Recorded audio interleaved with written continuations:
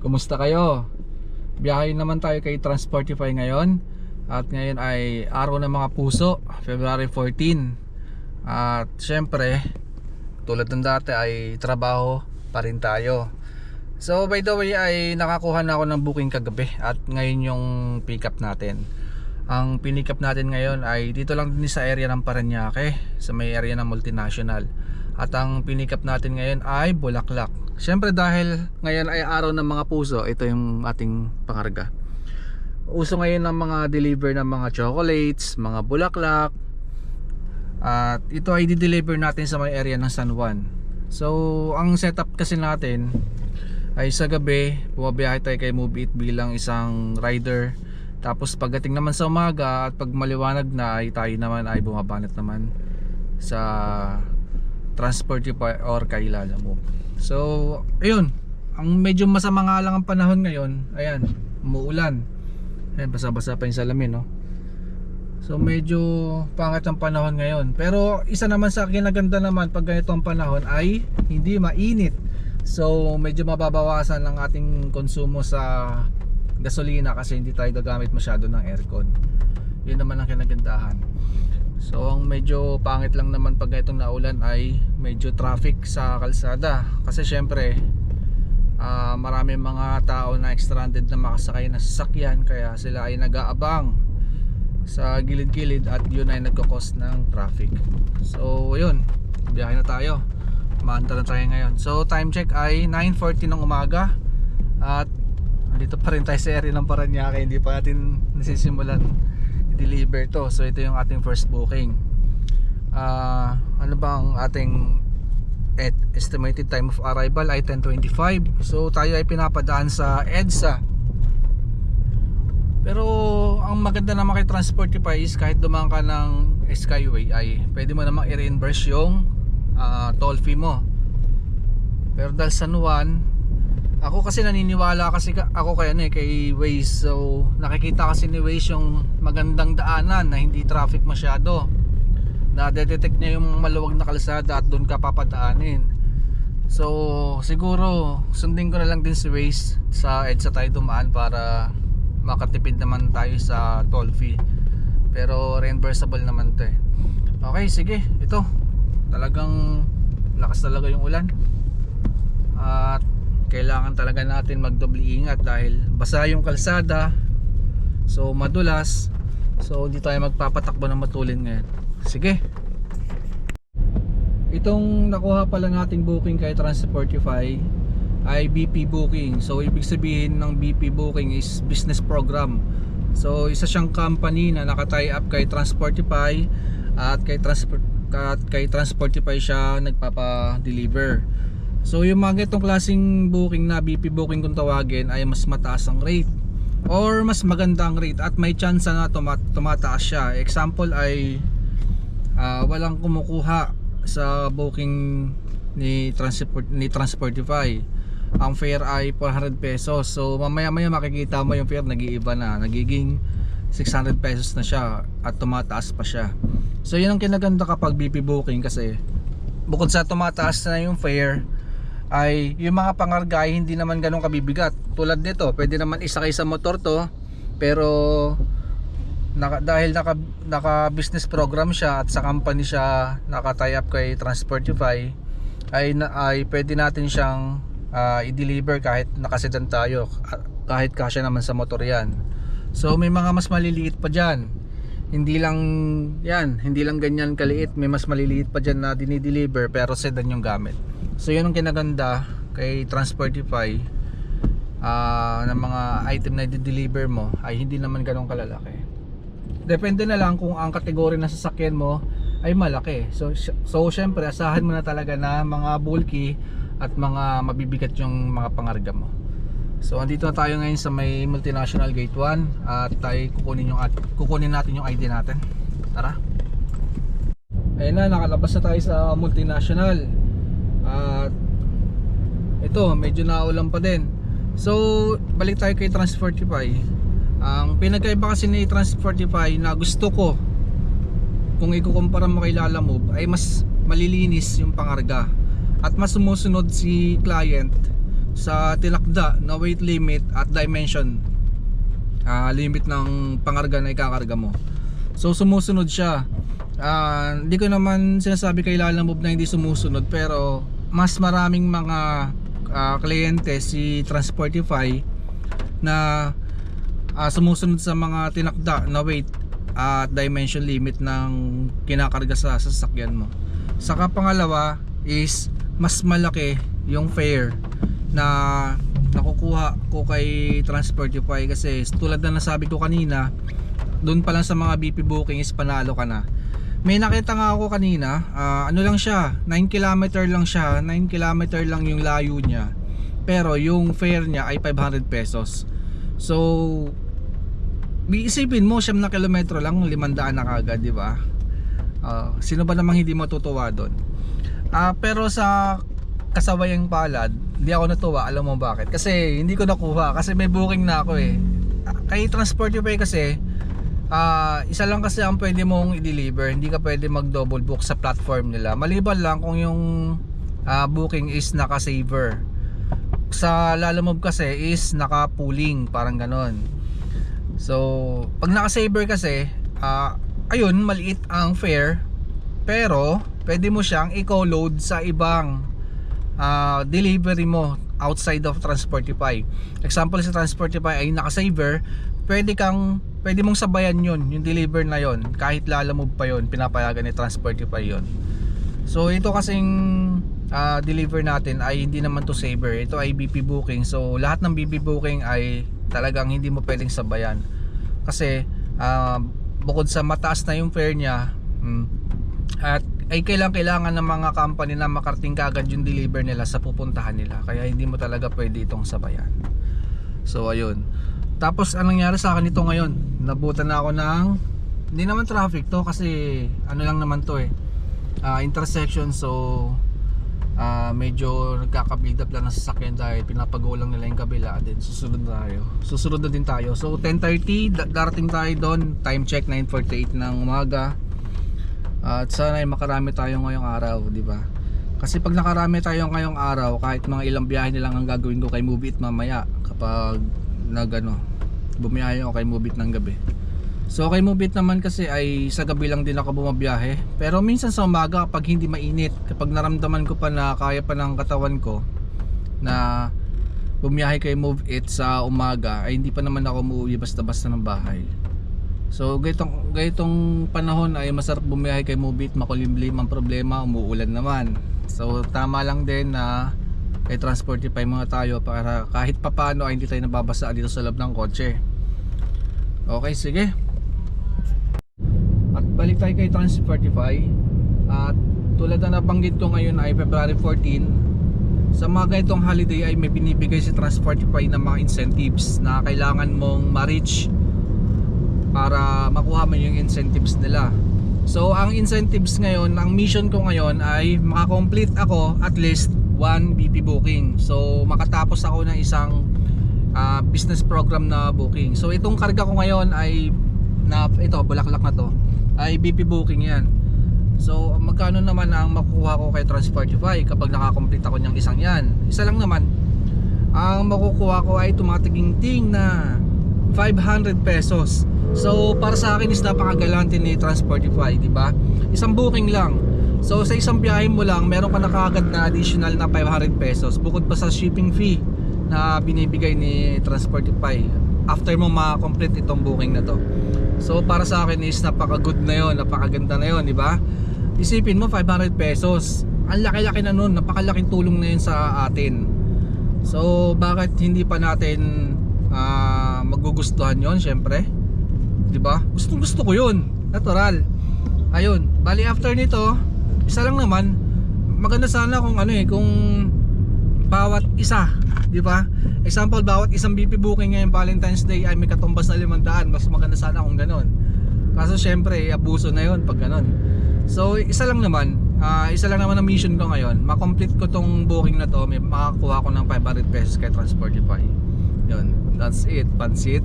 So ingat tayo, at tulad ng dati, ganun pa rin, medyo maulan pa din ngayon. At anong oras na, mag-aalas 10 na, pero hindi pa rin sumisikat si haring araw, makulimlim lang yung paligid. Gustong gusto ko naman to. Tapos kahit pa paano ay malamig sa sa loob ng kotse, kahit hindi na masyadong itodo yung aircon, saka kahit buksan ko yung bintana. Okay,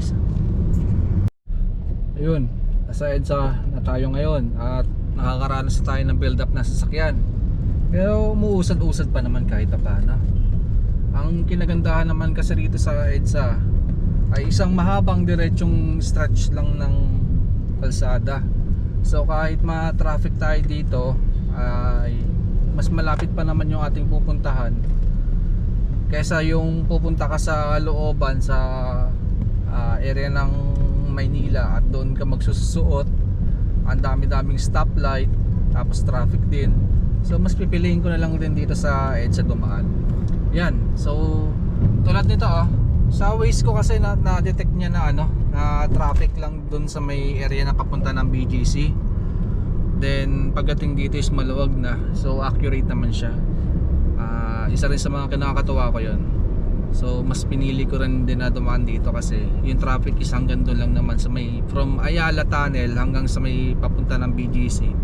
Then dito sa Guadalupe is mabilis na ulit yung takbo ng sasakyan. So ngayon ay Friday Friday, tapos February 14 pa. So nagugulat lang din ako kasi tuwing Friday ay hindi naman ganito kaluwag ang kalsada. So talagang may tsamba-tsamba talaga na minsan maluwag, minsan traffic. So natsambahan lang din natin na ngayon ay medyo maluwag pa ang kakalsadahan. Alright, ayan, andito na tayo ngayon sa may San Juan City.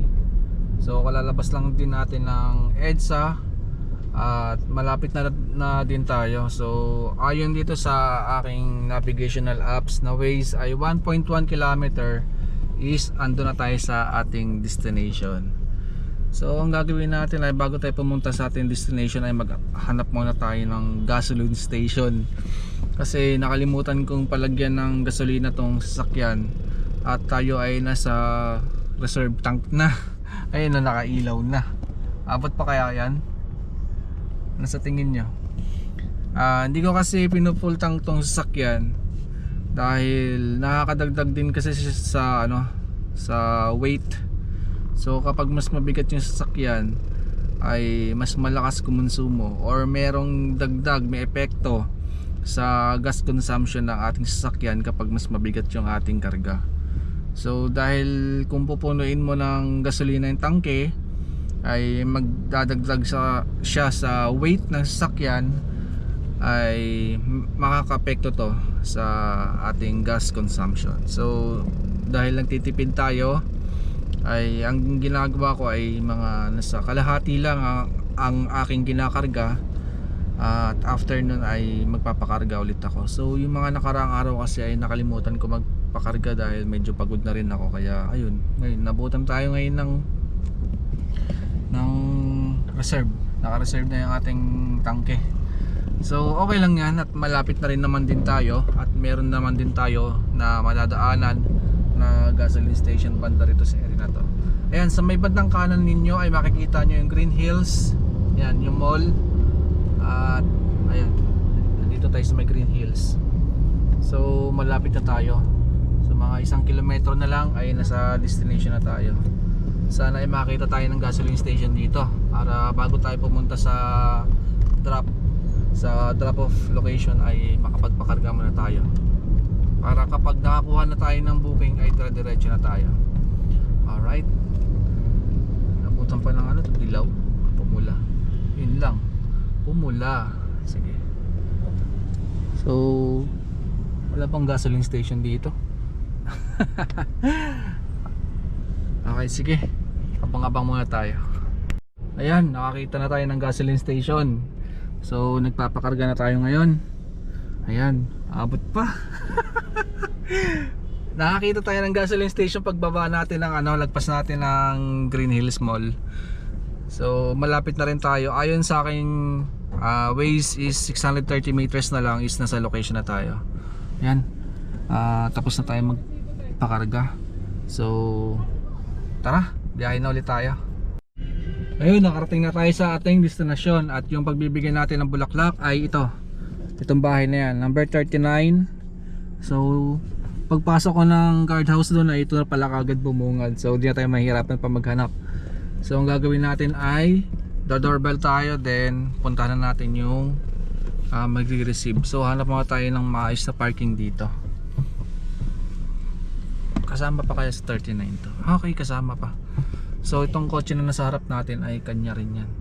So itong bahay na yan ay kadugsong din dito sa bahay na nakita nyo kanina sa camera. So mahaba siya.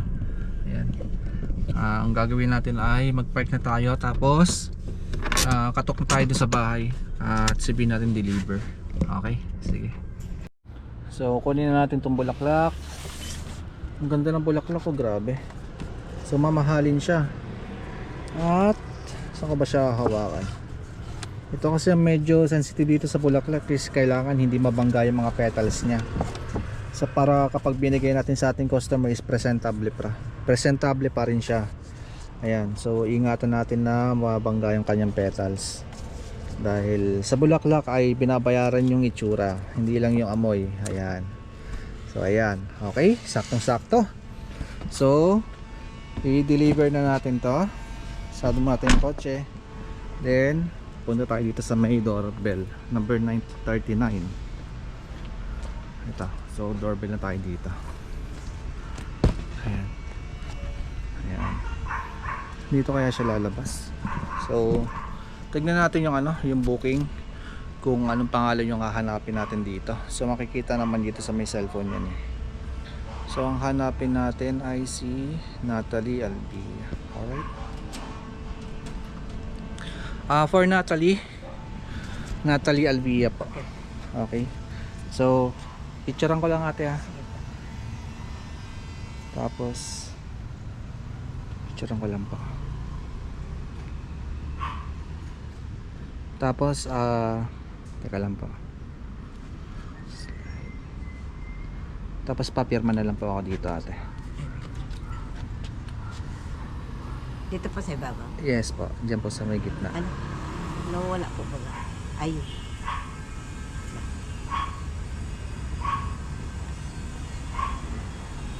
Hindi pati naayos yung pag ano. Paano na po? Wait lang po. Hindi Okay. po i-receive. At saglit lang. Sige. Clear ko lang. Ayan, ayan. Pwede niyo po ulitin. Ayan.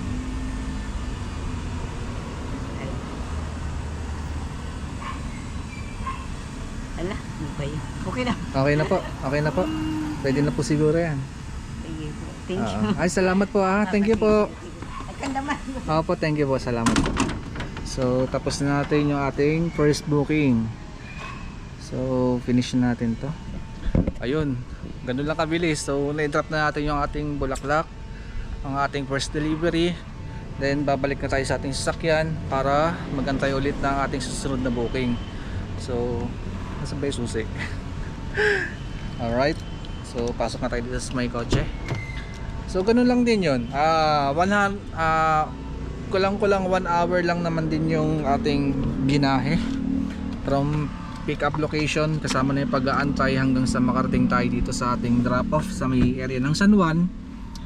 At natapos naman natin ng maayos ang ating deliver. So congratulations at nakaisa na tayo. So ang next natin na gagawin is maghanap naman tayo ng booking ulit dito lang sa may malapit sa area na to, na medyo maganda-ganda yung rate. So yun ang kinagandahan naman sa ating deliver is pwede tayo mamili ng ating i-deliver at ng ating mga pupuntahan.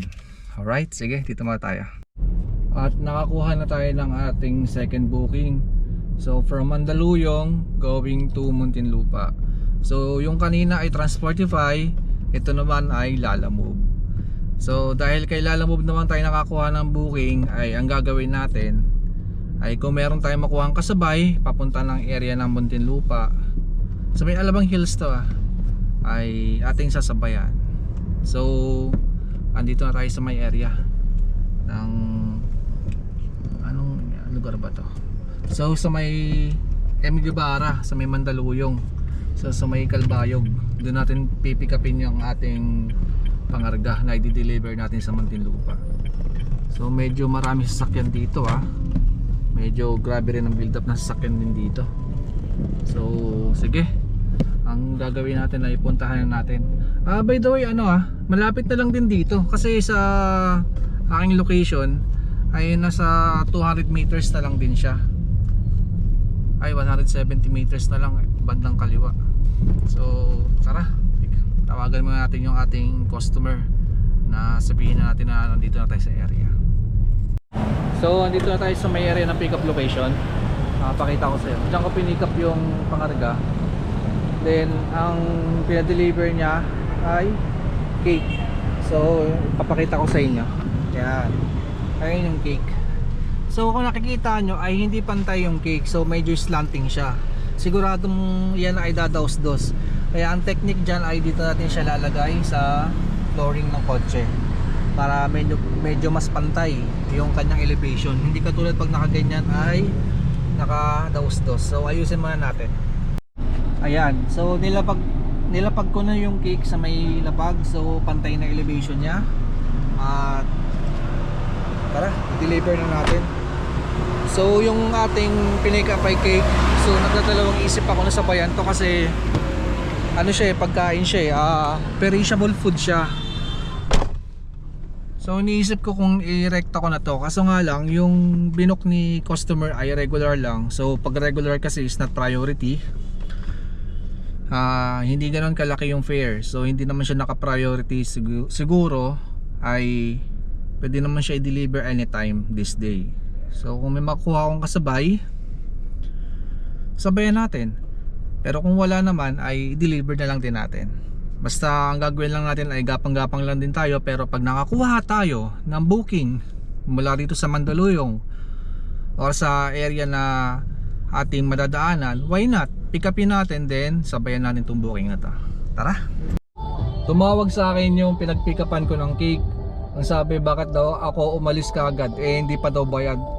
Iniisip ko kasi yung bayad kasi nito ay doon na kukunin sa drop-off location. Kasi pagkaabot sa akin ng cake ay sinarado niya na yung pintuan. So akala ko is doon na yung bayad. So hindi kami nagkaintindihan. Kaya sabi ko sa kanya, isend na lang niya sa GCash ko para hindi na ako bumalik kasi nga nasa biyahe na ako. At andito na ako sa may area ng along the EDSA. So hindi na ako makaka-U-turn pabalik para makabalik ulit dun sa opisina nila. Kaya sabi ko, i-GCash na lang niya. So ang gagawin ko ay iti-text ko sa kanya yung GCash number para ma-send niya na yung payment dito sa ating delivery. Alright, sige. Andito na tayo ngayon sa may area ng Philinvest sa Alabang. At hindi ko na siya sinabayan kasi cake kasi siya. So pagkain, perishable. At baka inaantay na rin ito ng receiver. So ang ginawa ko is diniretso ko na lang din from pickup location hanggang sa makarating ako dito sa area ng Alabang. Usually kasi kapag hindi naman perishable, ang ginagawa ko talaga is sinasabayan ko talaga siya. Bali, consideration na lang din ang ginawa natin na hindi natin sinabayan tong booking na to kasi yung ating i-deliver ay pagkain at perishable. So kahit naman siguro sinong tao, 'di ba? Ang pagkain inaantay mo tapos ang tagal dumating, naabot na ng 5 oras wala pa. So yung pagkain is malaki ang chance na masira siya or kapag nasa biyahe is lalo na cake to ay nade-deform siya or nag-i-slide. So maraming mga possibility na pwede mangyari kung dinelay natin i-deliver itong cake. Kaya naisip ko rin na direkta ko na lang din i-deliver since na malaki naman din yung fare niya at may surcharge tayo ngayon dahil nga is holiday ngayon or araw ng mga puso, February 14. Kaya diniretso ko na. And then take advantage ko na rin yung kakalsadahan natin ngayon is hindi naman ganoon ka-traffic. So moving naman din ang ating sasakyan, so hindi naman tayo naipit. So mas malaki ang chance na kapag maaga tayo dumating sa pickup location is makakuha pa tayo ng another booking. So dito tayo sa area na to. Ayan. At malapit na rin tayo. And sa loob ng Alabang Hills to Medyo complicated nga lang din yung loob ng Alabang Hills kasi meron silang first stop first go doon. So hindi ka basta-basta dumiretso sa mga intersection dahil kapag nakita ka or lumagpas ka sa speed limit is malamang ticket ka kasi may mga naninita at may mga enforcer din sila na nag-aabang sa kanto sa loob ng Alabang Hills. So medyo komplikado na mag-deliver doon kung hindi mo kabisado yung lugar na yan. Okay, sige, balitaan ko kayo at medyo malapit na rin naman na ako. Ito pala, habang nagantay ako ng booking, so may pumasok sa Transportify ko ng booking. Pick up is San Pedro, Laguna, then going to Baguio City. So ito, papakita ko sa inyo. Ayan, nakikita nyo pa. Ayan, so ano siya, 288 km from pick up location going to drop off ng Baguio. So ito, medyo maliit pa yung fare niya kasi 3,605 lang din yung fare niya. Kapag walang kumuha na driver dito, is yung fare niya is tumataas. Yun ang kinagandahan kay Transportify, is hindi naka-fix yung kanyang rate. Kapag alam ng Transportify na walang kumukuha ng booking nila, is tumataas yan. So yung 3,605 na yan, kapag walang kumuha na driver niyan papunta ng Baguio, is mapipilitan sila itaas yung booking, yung fare nila. Yun naman ang kinagandahan kay Transportify. Kaya gusto ko si Transportify. By the way, hindi ko na rin pag-iinteresan kunin to kasi ang target ko lang naman din kasi is dito lang din sa around ng Metro Manila. Kasi yung fare naman ng ganyang kalaki, kahit sabihin mo mag 5,000 yan or mas mataas pa, is kaya ko namang kunin yan sa Metro Manila. Unless meron ka talagang pakay or meron ka talagang gusto nyo mamasyal ng pamilya mo sa Baguio or gusto mo makapag-unwind, makapag-gala-gala naman din doon, is bagay sa iyan. So antayin mo na lang din tumaas yung fare ni Transportify, tapos saka mo i-accept. Ganun ang diskarte ron. So ayun, dito pa rin tayo sa area ng Philinvest. So ayan, nag-go na at tayo kakaliwa na rito sa area ng Commerce, then Madrigal, at malapit na tayo sa ating drop-off location. So ayun, tayo ay nakapasok na din sa may area ng Alabang Hills at ito yung lugar. Yan. So malapit na rin tayo sa ating destination. So nakalagay dito 670 meters na lang is drop off location na natin. So ito, bawat intersection dito is kailangan hintuan nyo. Parang ano to yung first stop first go ng Subic. So kapag ikaw ay nahuli ng enforcer dito na hindi mo ginawa yon, may ticket ka rito or huli ka. So kailangan talaga natin sundin ang kanilang mga patakaran kapag tayo pumapasok sa mga lugar ng mga subdivision katulad nito. Okay, so malapit na rin din tayo at Visayas Street. So hanapin lang din natin yan. Then sa lugar na to is maraming mga artista rin ang nakatira at mga politiko. Kaya sobrang higpit talaga sa lugar na to.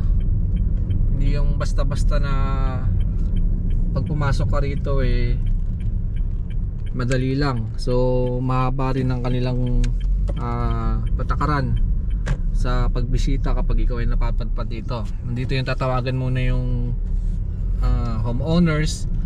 Then question ka rin sa gwardiya kung anong pakay mo rito. At marami mga CCTV din sa lugar na to, kaya hindi rin basta-basta. Okay, so number 45, nasa loob na tayo ng Visayas Street. So hanapin lang din natin yung house number. Ito number 18, number 20. So malamang nasa kabila yan kasi yung number kasi ito is odd and even. So yung even nasa kanan, yung odd is nasa kaliwa. So tingin ko ay nasa kaliwa yung number 45. Ito 35, then 37, then 39. Yan, that's it.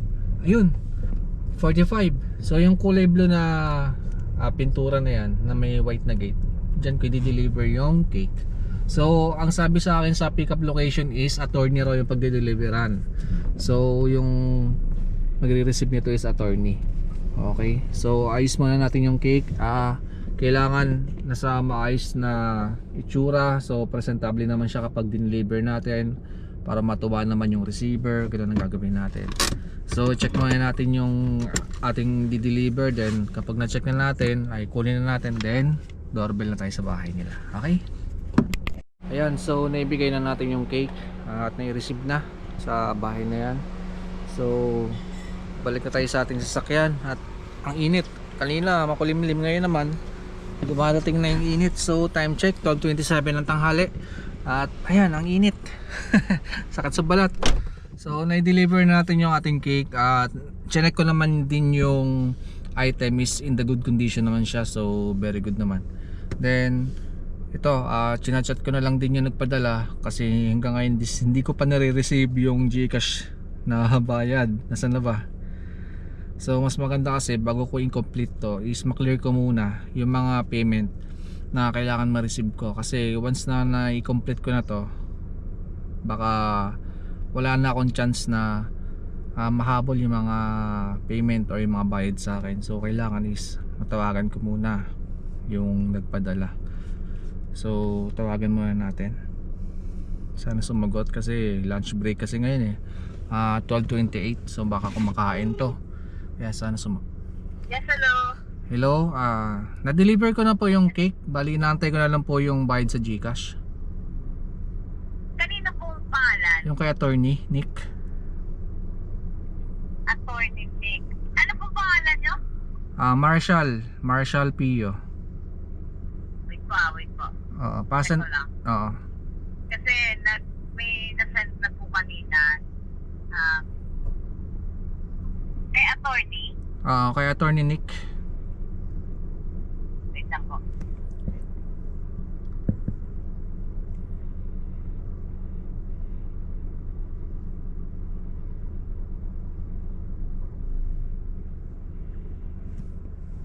Ang pangalan niyo po ay Marshall.